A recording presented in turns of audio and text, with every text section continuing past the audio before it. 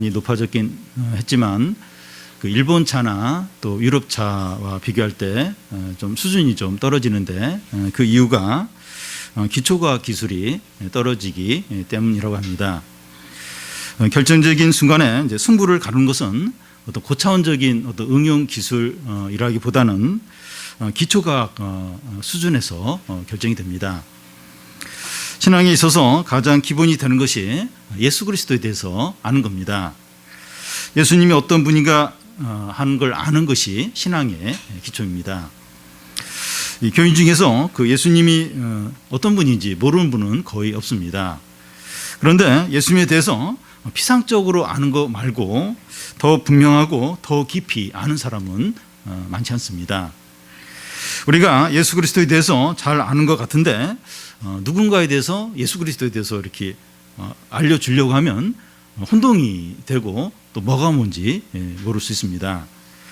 그 이유는 그리스도에 대해서 잘 모르기 때문입니다. 그런데 우리가 그리스도를 잘 아는 게 왜 중요한가 하면 이단들은 그 예수 그리스도를 복음과 다르게 이렇게 가르치는데 예수 그리스도에 대해서 확실히 알지 못하면 이단에 넘어가게 됩니다. 그리고 믿는 자들이 방황하고 침체에 빠지는 이유가 예수 그리스도를 정확하게 알지 못하고 믿지 못하기 때문입니다. 그리스도를 아는 것이 신앙의 기초인데 기초가 약하니까 자꾸 흔들리는 거예요. 이단이 이렇게 뭐라고 하면 또 흔들리고 또 어려움이 오고 또 유혹이 오면 또 막 흔들려요. 왜냐하면 이 그리스도를 아는 게 기초인데 이 그리스도를 아는 것 같은데 잘 모르는 게 실제로는 그러니까 흔들리는 겁니다. 오늘 본문 말씀은 신약에서 예수 그리스도를 소개하는 대표적인 그 세 개의 본문 중에서 한 부분입니다. 오늘 말씀에서는 그리스도가 어떤 분인지 두 부분으로 이제 나누어서 이제 생각할 수 있는데 첫 번째 부분은 우리와 그리스도의 관계에 있어서 그리스도는 속죄의 주님이시고 두 번째 부분은 이 그리스도와 만물과의 관계에 있어서 그리스도는 만물의 근본이시라는 겁니다. 오늘 말씀이 약간 이렇게 좀 딱딱할 수 있는데 그 예수 그리스도에 대해서 우리가 정확하게 이것만 우리가 딱 알고 있으면 할 말이 많아요. 예수 그리스도에 대해서 이렇게 누구한테 설명을 해 줄 수도 있고 우리가 또 이렇게 막 혼동이 되고 유혹이 올 때 이 말씀을 딱 생각하면 딱 정리가 돼요. 다 이제 흔들리지 않게 됩니다. 오늘 크게 두 부분, 우리와 그리스도의 관계가 어떻게 되는가? 그리스도는 우리의 구속의 주님, 속죄의 주님이 되시고 또 그리스도와 만물, 이 세상 모든 만물, 이 만물과 무슨 관계인가? 예수 그리스도는 만물의 근본이시라는 겁니다. 크게 첫 번째는 그리스도와 우리의 관계입니다. 골로새서는 다른 어떤 성경보다도 그리스도의 탁월성과 위대성에 대해서 말합니다. 근데 문제는 뭔가 하면 그리스도가 우리에게 무슨 유익이 있는가 하는 겁니다. 그러니까 그리스도가 탁월하고 위대한데 나하고 무슨 관계 있는가, 나에게 무슨 유익이 있는가 하는 겁니다. 우리에게 실체적인 유익이 없이 그리스도가 위대하고 탁월하다 이러면 어떤 의미가 이제 아무 의미가 이제 없는 겁니다. 그리스도는 위대하고 탁월한데 나하고는 아무 상관이 없어요. 그러면 그 의미가 없게 됩니다. 그러면 그리스도가 우리를 위해서 어떻게 하셨다고 말합니까? 그리스도가 오셔서 막 우리를 위해서 뭘 하셨는데 우리를 위해서 어떻게 하셨다고 합니까? 13절 14절을 보면 우리 같이 한번 읽겠습니다. 그가 우리를 흑암의 권세에서 건져내사 그의 사랑의 아들의 나라로 옮기셨으니 그 아들 안에서 우리가 속량 곧 제사함을 얻었도다. 그리스도가 우리를 위해서 하신 일이 뭔가 하면 속량하셨다는 겁니다. 이 속량이라고 하는 것은 노예나 포로로 잡힌 자를 값을 주고 사서 자유인으로 해방시키는 것을 말합니다. 며칠 전에 우리 한국 사람 한 사람이 리비아에 그 어떤 반군에 이렇게 억류가 돼가지고 한 1년 넘도록 억류가 돼 있다가 풀려나서 돌아온 적이 있습니다. 어떻게 해서 풀려나는지 모르겠어요. 어느 나라, 그 중동에 있는 어느 나라가 이제 이렇게 해서 풀려났다고 했는데 돈을 줬는지 그건 모르겠어요. 공개를 안 해서. 그러니까 뭔가 이렇게 뭘 지불을 했을 가능성이 많아요. 그 지불을 하고 이제 그 억류에서 이제 나올 수 있었던 거죠. 예수께서 우리를 이제 성령하셨다고 하는데 그 성량하셨다 할 때 그 전제가 뭔가 하면 우리는 노예나 포로로 사로잡혀 있었다는 겁니다. 그러니까 이제 뭐 성량이 이제 필요한 거죠. 예. 그러니까 우리는 이제 이 노예로 포로로 이제 사로잡혀 있었던 겁니다. 13절에는 이 흑암의 권세에서 이제 나오는데 이제 흑암의 권세 이렇게 하는 말이 나오는데 우리는 흑암의 권세에 사로잡혀 있었습니다. 우리는 예수님 믿기 전에 흑암의 권세 아래서 노예로 살았습니다. 우리 모두는 정욕과 욕심의 노예로 스스로 헤어나오지 못하는 이 죄의 늪에 점점 빠져들다가 그냥 멸망할 수밖에 없었습니다. 저도 이제 그 예수님 믿기 전 신앙생활을 이제 시작하기 전 그때 그 전과 후를 생각을 해보는데 참 이렇게 이 정욕의 늪에 이렇게 빠져가지고 점점 빠져들다가 이제 완전히 이제 망하는 건데 끝장나는 건데 그 가운데서 건짐을 받았다 이런 생각이 한 번씩 들 때가 있어요. 우리는 다 이 정욕과 욕심의 늪에 점점 서서히 빠져가서 이제 머리까지 확 빠지고 그러면 이제 끝나는 거죠. 근데 그런 가운데서 건짐을 받은 이 어둠의 권세에 있다가 다 이렇게 건짐을 받은 자들입니다. 노예는 스스로 주인으로부터 해방될 수 없습니다. 외부에서 누군가 값을 치러야 해방이 됩니다. 그런데 그리스도께서 십자가의 죽으심으로 자신의 피로 우리의 죄값을 치르셨어요. 그래서 우리는 속량, 곧 그 죄사함을 얻은 겁니다. 우리는 지금까지 신앙생활 하면서 그리스도가 나를 위해서 뭘 해주셨는가 이렇게 한번 질문을 해볼 때가 있습니다. 예수님이 나를 사랑하신다고 근데 뭘 해주셨을까? 나에게 해준 게 뭘까? 뭘 해줬지? 그런 생각을 이제 할 때가 있습니다. 수입이 더 늘어난 것도 아니고 뭐 승진을 한 것도 아니고 부모들 입장에서는 애의 성적이 올라간 것도 아니고 물론 올라간 가정도 있지만 대부분 비슷하든지 더 떨어져 있기도 하고 애가 뭐 공부를 잘한 것도 아니고 뭐 수입이 더 는 것도 아니고 주님이 뭘 해주셨는가 이런 질문이 생길 때가 있습니다. 현실적인 문제는 그대로 있고 어려움이 계속될 수 있습니다. 신앙생활을 하는 것과 신앙생활을 하지 않는 것과 차이가 없는 것 같아요. 외적으로 보면 뭐 별로 이제 나은 거 없는 것 같아요. 물론 이제 이렇게 하나님이 이제 응답해 주신 그런 일도 있긴 있지만 그냥 전체적으로 보면 그냥 이게 차이가 별로 없는 것처럼 보입니다. 그런데 이 모든 것에도 불구하고 그리스도가 우리를 위해서 하신 일이 무엇입니까? 뭐 외적으로는 뭐 별로 나은 게 없는 것 같은데 그래도 그리스도께서 우리를 위해서 진짜 하신 중요한 일이 뭡니까? 자신의 피값으로 우리를 죽음과 진노의 나라에서 생명과 사랑의 나라로 옮기신 겁니다. 여러분 이게 굉장히 귀한 일이에요. 이게 엄청난 일입니다. 어젠가요? 우리 한국 여행객이 그 헝가리 그 다뉴브강 이렇게 여행을 하다가 그 유람선이 이제 이렇게 뒤에서 큰 그 크루즈 그 유람선에 팍 부딪혀서 침몰했어요. 그래서 7명 구조되고 나머지 20여 명은 사망 혹은 이제 실종이 됐는데요. 너무 이제 안타깝고 그 사연들을 보면서 기가 막힌 사연. 참 오랜만에 이렇게 막 이렇게 같이 가족이 놀러 갔는데 그런 변을 당한 이제 그런 분들이 여러 분 있습니다. 너무나 이제 마음 아픈 일인데요. 이 구조된 사람과 사망 혹은 실종된 사람의 차이는 너무나도 큽니다. 구조됐는데 막 이렇게 몸이 많이 아프든지 어디 다쳤든지 상관없어요. 이 구조됐든지 아니면 이제 구조된 거하고 사망 혹은 실종하고는 너무 차이. 뭐 비교할 수 없이 큰 차이가 있습니다. 그와 같이 우리가 이 죽음의 나라에 있다가 생명의 나라로 옮겨졌다. 이건 엄청난 일이에요. 다 어둠의 권세 아래 있었다. 이 정욕의 늪에 빠져서 그냥 영원한 멸망에 던져질 수밖에 없었습니다. 그런데 그리스도가 이 피값을 치르셔서 우리를 속량하셨어요. 이 죄의 노예에서 속량하셔서 죽음의 나라에서 생명의 나라로 옮긴 겁니다. 이거 뭐 엄청난 일이에요.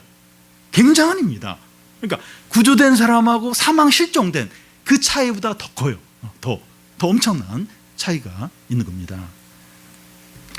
거듭나도 남들과 똑같이 경제적으로 쪼들리고 질병 가운데 있고 속상한 이들이 있지만 아들의 나라와 빛의 나라와 생명의 나라에서 사는 겁니다. 여전히 뭐 힘들어요. 힘들고 뭐 그런데 생명의 나라, 아들의 나라, 그 나라에서 사는 겁니다.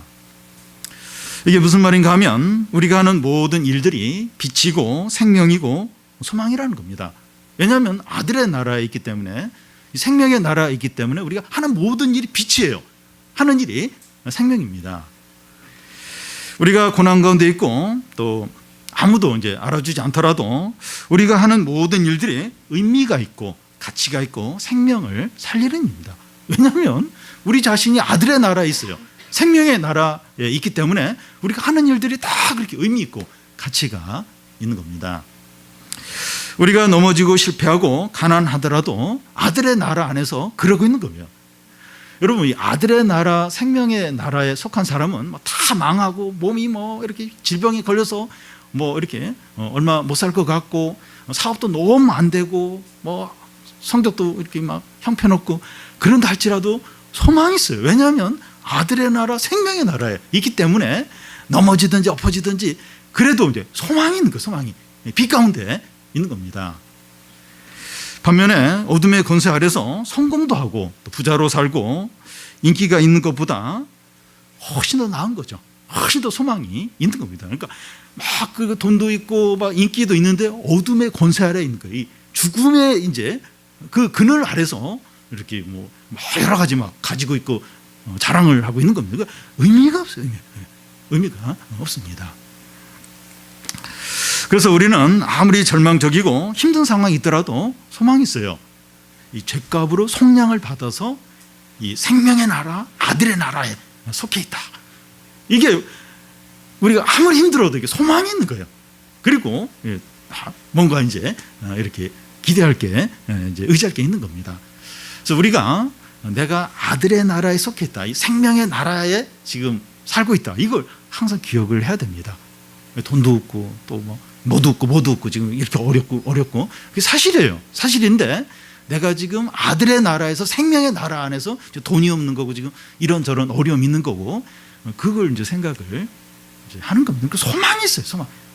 그렇게 막 절망하고 막 하늘이 무너진 것처럼 막 그렇게 하지 이제 않아야 하는 겁니다. 그게 두 번째는 이 만물과 그리스도와의 관계입니다. 골로새 교회에 영향을 준 이제 가르침 중에 하나가 이 세속적인 것과 성스러운 것, 육체와 영혼을 이렇게 분리하는 이원론적 그런 사고입니다. 그래서 이 세속적인 것과 육체는 악하고 부정하다는 겁니다. 그래서 금욕주의와 이 결혼 금지를 가르치고 또 고행하는 거, 막 돛 닦는 거 이런 걸 아주 성스럽게 여겼습니다. 이게 무엇인가 하면 신앙을 종교적인 영역 안에서 제한을 시키는 겁니다. 그러니까 이제 수돈 같은 걸 중요시하는 거예요. 이게 다 그 세상과 분리해서 거기서 막 이렇게 청빈한 생활하고 그런 걸 굉장히 가치 있게 그리고 결혼하지 않고 이렇게 수녀나 이렇게 신부로 이제 이렇게 사는 거 그걸 막 굉장히 이제 가치 있게 그러니까 신앙을 종교적인 영역 안에서만 국한을 시키는 겁니다. 그런데 이 기독교의 가르침은 그렇지 않습니다. 기독교는 몸의 부활을 말하고 세상에서 믿음으로 살 것을 가르칩니다. 그러니까 몸이 부정하면 몸으로 부활하면 안 되죠. 근데 몸의 부활을 말해요. 몸의 부활을 말하고 그리고 막 세상에서 살면 안 되고 저기 그 산속에 들어가야 되고 그런 얘기를 하는 게 아니라 세상에 너희는 빛과 소금이다. 그러니까 세상에서 믿음으로 살 것을 말합니다. 왜냐하면 그리스도가 만물을 창조하셨고 만물을 유지하고 계시기 때문입니다.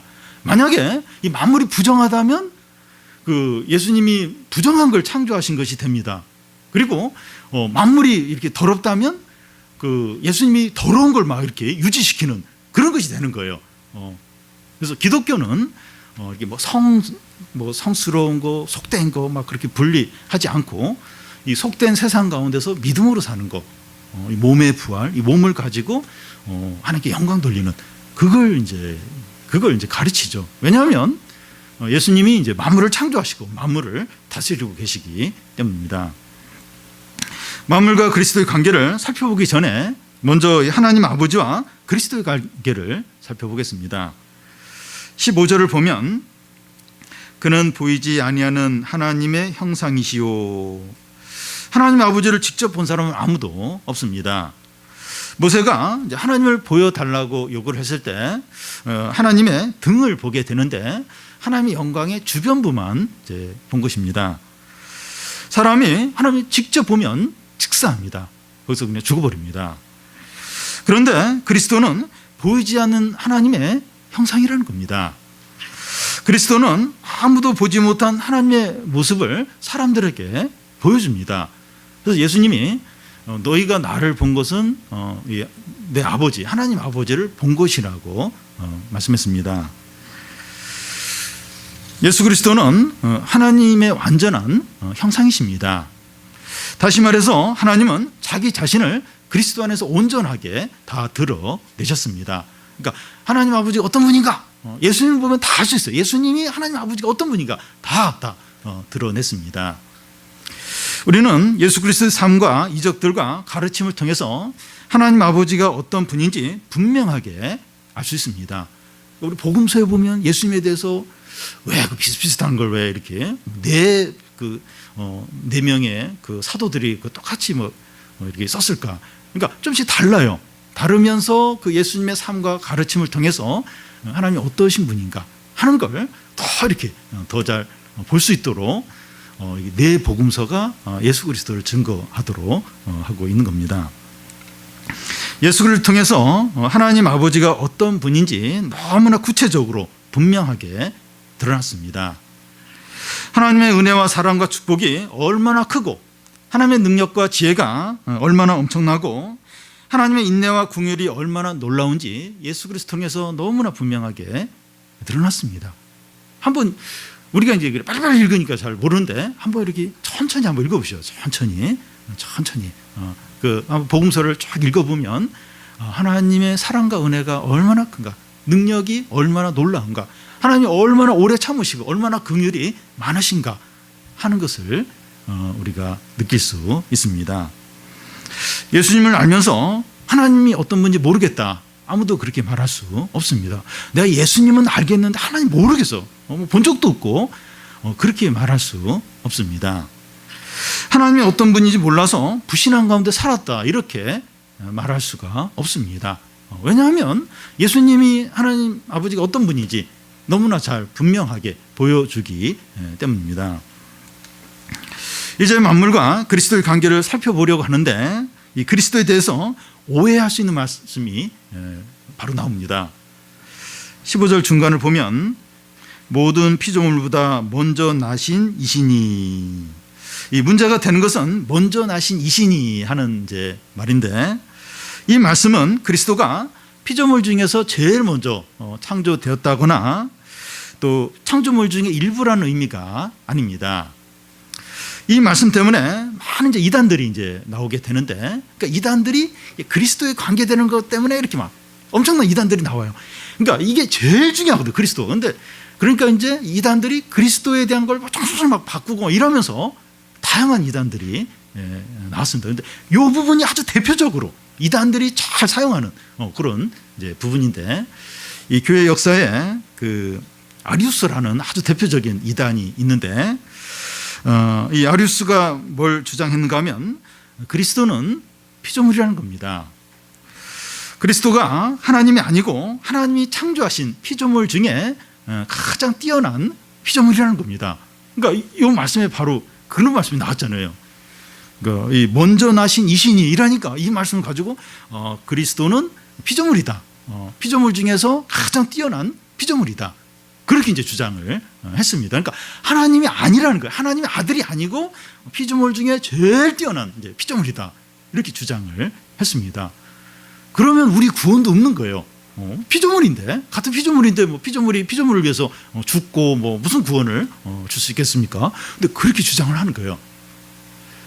통일교가 이 이단인 이유 중에 가장 중요한 이유가, 통일교도 예수 그리스도를 수석 피조물로 여깁니다. 그러니까 피조물 중에서 첫 번째 가장 뛰어난 피조물로 그렇게 여깁니다. 하나님으로, 하나님의 아들로 안 여겨요. 그리고 문선명도 뭐 이렇게 예수 그리스도 다음에 뭐 그런 존재로 또 뭐 이렇게 하고, 이게 볼 게 없는 거예요. 볼 게 없는 겁니다.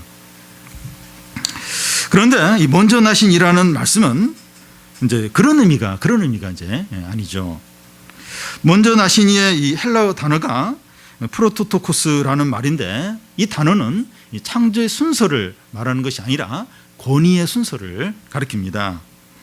그리스도는 만물 가운데 최고의 권위를 가졌다는 겁니다. 예수 그리스도는 온 세상의 주관자이시고 통치자이시고 왕이십니다. 만물과 그리스도의 관계는 이제 세 가지 측면에서 생각할 수 있습니다. 16절을 보면 우리 같이 한번 읽겠습니다. 만물이 그에게서 창조되되 하늘과 땅에서 보이는 것들과 보이지 않는 것들과 혹은 왕권들이나 주권들이나 통치자들이나 권세들이나 만물이 다 그로 말미암고 그를 위하여 창조되었고. 제일 먼저 만물이 그에게서 창조되되 했는데, 이 창조의 범위를 말합니다. 만물은 그리스도 안에서 창조가 되었습니다. 다시 말해서 만물이 그리스도의 지배권 안에 있다는 겁니다. 만물이 어떤 것인지 16절에 이제 나와 있는데, 하늘과 땅에서 보이는 것들과 보이지 않는 것들입니다. 이 보이는 것들이란 모든 물질계를 말합니다. 해와 달과 산과 바다와 동물들과 식물들과 눈에 보이는 모든 것, 이런 모든 게 이제 그리스도 안에서 창조가 됐다는 겁니다. 그러니까 그리스도가 이 눈에 보이는 모든 물질계 모든 것을 창조를 하셨습니다. 그리고 여기 보이지 않는 것들이 나오는데, 정신적인 것들과 영적인 것들을 말합니다. 사랑과 같은 모든 이 정서적인 것들과 영혼과 청사와 같은 것들입니다. 이런 것도 다 이제 그리스도가 다 창조를 하셨습니다. 또 왕권들이나 주권들이나 통치자들이나 권세들이 있는데, 이것들은 힘과 이 권력을 가진 세상의 왕이나 모든 권세들을 말하기도 하고, 또 영적인 존재들로 볼 수 있습니다. 그런데 이런 것도 다 그리스도가 창조를 하셨습니다. 여러분, 이 우주와 이 세상에 눈에 보이는 것들과 보이지 않는 것들과 이 영적인 모든 것들이 그리스도 안에서 창조되었고 그리스도의 지배 아래 있다는 겁니다. 이런 모든 보이는 것 보이지 않는 것, 이 우주와 모든 것들이 그리스도가 창조하셨고 그리스도의 지배 아래 있습니다.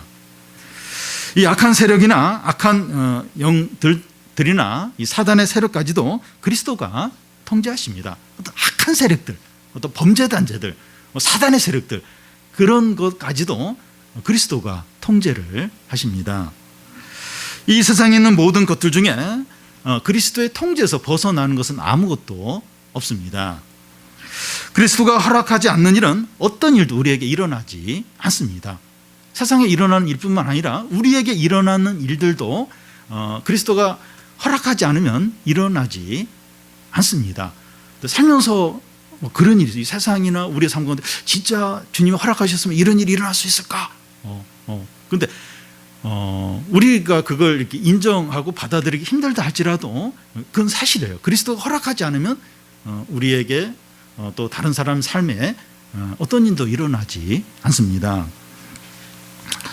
이미 안 좋은 일이 일어났다면 그것은 비참하게 망하는 것이 아니라 감당을 하게 하시든지 피할 길을 주십니다.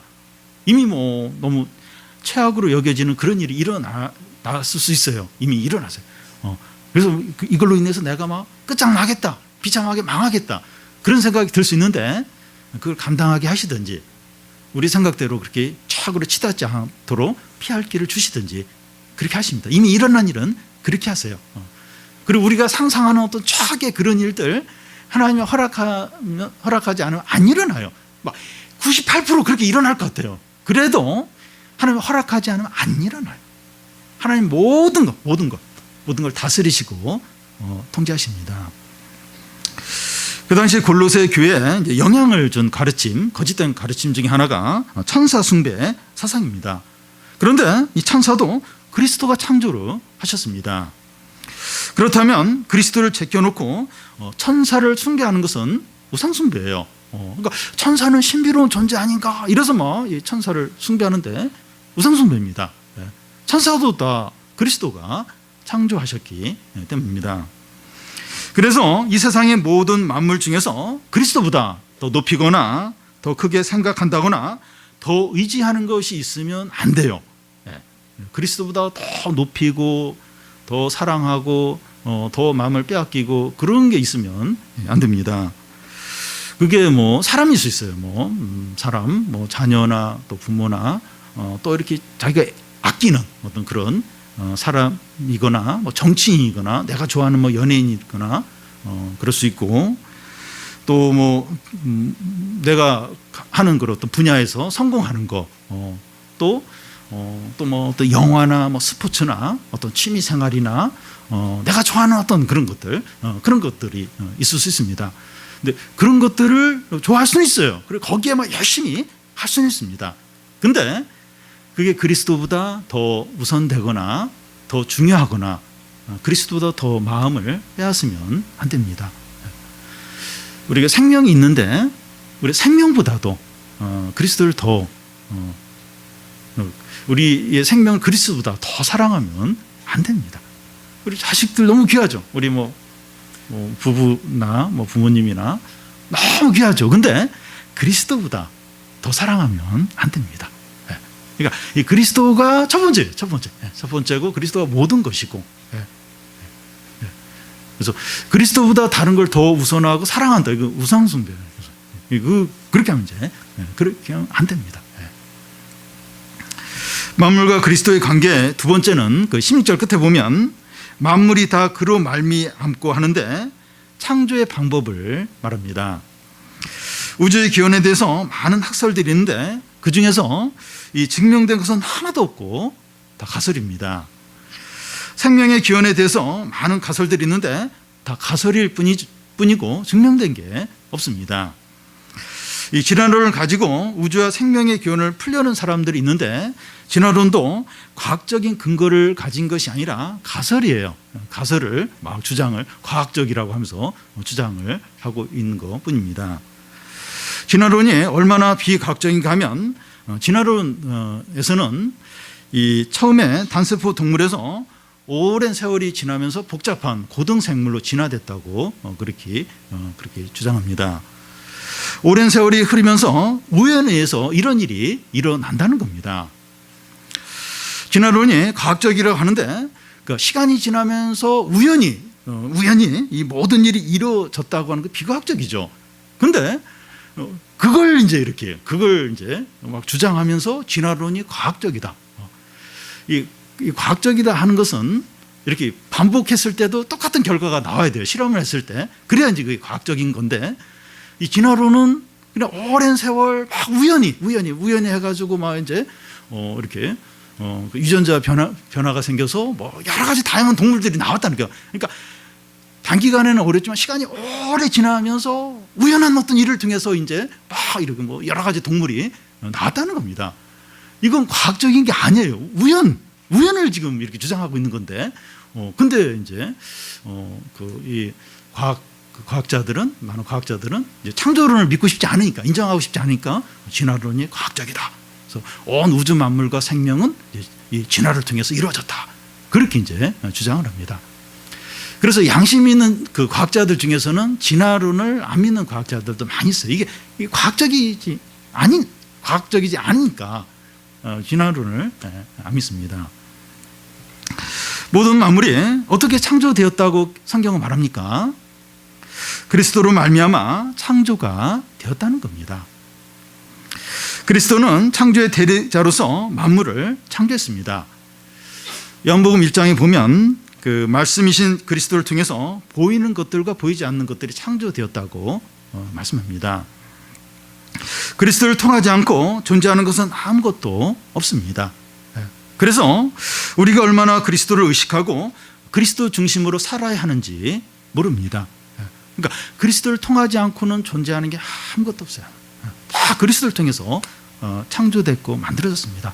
그래서 우리가 얼마나 삶을 살면서 그리스도를 의식하고 그리스도 중심으로 살아야 되는지 모릅니다. 만물과 그리스도의 관계의 세 번째는 그 16절 끝에 보면 그를 위하여 창조되었고 하는데 창조의 목적입니다. 만물은 오직 그리스도를 위해서 창조되었습니다. 다시 말해서 만물은 오직 그리스도의 영광을 위해서 존재합니다. 만물 중에 어떤 것도 그리스도와 상관없이 존재하면 안 됩니다. 그러니까 모든 만물이 다 그리스도를 위해서 창조가 되었어요. 그래서 그리스도와 관계없이 그냥 존재하는 게 있으면 안 되는 거예요. 그건 이제 죄 짓는 겁니다. 만물이 그 자체가 의미를 갖고 영광을 얻으면 안 됩니다. 만물이 그 자체로 영광을 가져요. 막 찬양을 받아요. 그건 그건 이제 죄죠. 죄 짓는 겁니다. 그래서 이제 우상숭배가 왜 죄가 되는가 하면 하나님께 그런 영광을 돌려야 되는데 뭐 산에 바다에 또 신기한 무슨 물건에 거기에 막 이렇게 영광을 돌리고 이렇게 그 자체의 영광을 갖게 하는 죄 짓는 거죠. 우상숭배하는 거죠. 세상의 모든 일들이 그리스도를 위해서 이루어져야 합니다. 모든 일들이 그리스도를 위해서 이루어져야 돼요. 그럴 때 세상 일들이 가치가 있고 의미를 갖게 됩니다. 세상의 모든 일들이 그리스도를 위해서 이렇게 이루어질 때 그때 가치가 있고 의미를 이제 갖게 됩니다. 그래서 우리가 세상 가운데 하는 모든 일들, 뭐 공부나 직장 생활이나 또 자녀 양육이나 취미 생활 이런 것들이 그리스도를 위해서 이루어져야 합니다. 우리가 하는 모든 일들 그리스도를 위해서 이루어져야 합니다. 우리가 먹거나 마시나 하나님의 영광을 위해서 해야 한다 하는 말씀과 같습니다. 뭘 하든지 하나님의 영광을 위해서 그리스도를 위해서 해야 됩니다. 바울은 빌립보서에서 내가 사나 죽으나 그리스도가 내 몸에서 존귀케 되기를 원한다. 내가 뭐 죽을 수도 있고 살 수도 있고 근데 내 몸에서 그리스도가 높임을 받기를 원한다. 이렇게 말했습니다. 왜냐하면 만물이 그리스도를 위해서 창조되었기 때문이에요. 온 세상 만물이 다 그리스도를 위해서 창조되었기 때문에 우리가 하는 모든 일이 그렇게 돼야 됩니다. 이렇게 하는 것이 하나님의 뜻이에요. 이렇게 하지 않는 것이 죄입니다. 만물과 그리스도의 관계의 마지막 말씀은 그 17절 중간에 보면 만물이 그 안에 함께 섰느니라. 이 말씀은 그리스도가 이 만물의 질서를 유지시키고 계신다는 그런 뜻입니다. 그리스도는 만물을 창조하셨을 뿐만 아니라 만물을 유지시키고 계십니다. 그러니까 만물도 창조하시고 만물도 유지시키고 주님이 그렇게 하십니다.